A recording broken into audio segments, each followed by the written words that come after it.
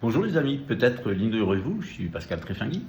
On va fêter bientôt la fête juive de Pourim. C'est le moment où on célèbre le moment où les Perses, c'est-à-dire les ancêtres des Iraniens avant qu'ils soient musulmans, ont été vaincus par les Hébreux, c'est-à-dire ceux qu'on appelle de nos jours les Palestiniens. Il y a beaucoup de personnes en Israël qui pensent que l'histoire se répète et qu'ils vont pouvoir attaquer la Perse, l'Iran, et détruire l'Iran et pouvoir à nouveau reconstruire le temps. C'est pas ce qui se passera. Tout simplement, tout comme les milieux talmudo-satanistes ont organisé la Shoah, l'Holocauste à Satan en Allemagne pour avoir l'État d'Israël, ces talmudo-satanistes pensent organiser une Shoah, un Holocauste à Satan dans l'État dit d'Israël, afin de pouvoir avoir, après cet Holocauste à Satan, un gouvernement mondial. Évidemment, tout cela se fait sur le mode parodique, sur le mode inversé. Et il est fort à craindre, dans les jours, dans les semaines, dans les mois à venir, que les Israéliens vont se faire exterminer par la puissance de feu iranienne, coréenne, russe, etc. Puisque la prophétie nous dit qu'Amalek, c'est-à-dire la Russie, envahira la Palestine, qu'il aura, dit le prophète Daniel, l'Égypte et la Libye, sur ses talons, et l'Éthiopie.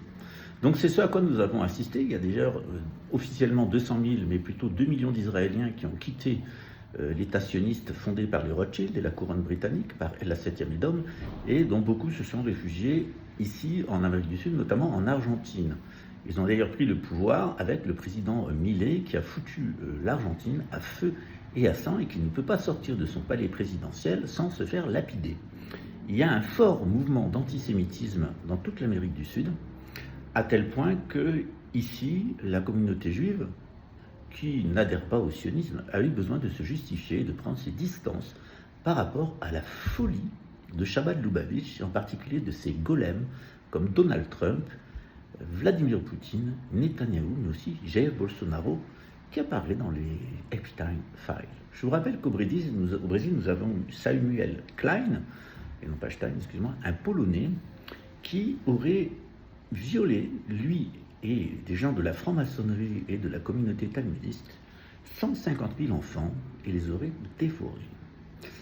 C'était un richissime homme d'affaires qui est l'Epstein brésilien. Il avait échappé à la justice en mourant.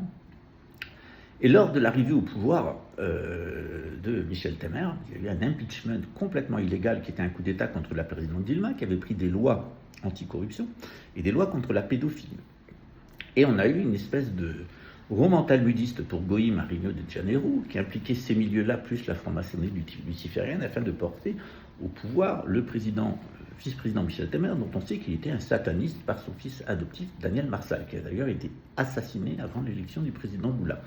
Il avait prévenu Marielle Franco, une femme politique importante de Rio de Janeiro, que Jair Bolsonaro était un pédophile, un narcotrafiquant, et qu'il était impliqué dans cette secte millénariste messianique hassidique, donc Chabad Lubavitch. Et elle avait été assassinée par 2 policiers militaires dont la maison se trouvait juste à côté de celle de Jair Bolsonaro. Étonnant quand on sait le salaire des policiers militaires au Brésil, qu'ils puissent avoir une maison qui représentait à peu près 200 ou 300 ans de salaire. Voilà, mais c'est comme ça, c'est Rio, c'est Bolsonaro. Bolsonaro, c'est un immense patrimoine immobilier à Rio de Janeiro, alors que c'est quelqu'un qui n'a jamais gagné plus de 10 000 € par mois. Il faudrait qu'il se justifie un peu sur la source de ses revenus.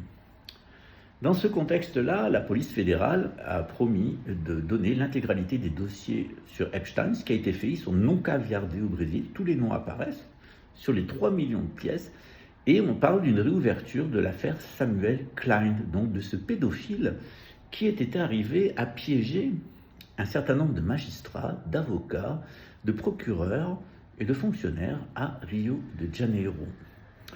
On n'en a pas fini avec le pédosatanisme, et on verra que derrière des soi-disant héros de la liberté et de la nouvelle République, il y avait en réalité un club de pédosatanistes de gauche, d'extrême gauche, qui en sous-main en plus travaillaient pour la CIA et qui se sont remplis le ventre de chair humaine et les poches d'argent public. On va apprendre vraiment beaucoup de choses dans les mois à venir à Rio de Janeiro et au Brésil en général. Il y a beaucoup de têtes qui vont tomber. En tout cas, quand une tête de cannibale tombe, c'est toujours réjouissant. D'ailleurs, je pense, pour ma part, sur instruction de Sa Majesté, qu'il vaudrait mieux les émasculer et ensuite les décapiter pour leur apprendre à toucher aux enfants. Et vous, qu'est-ce que vous en pensez ?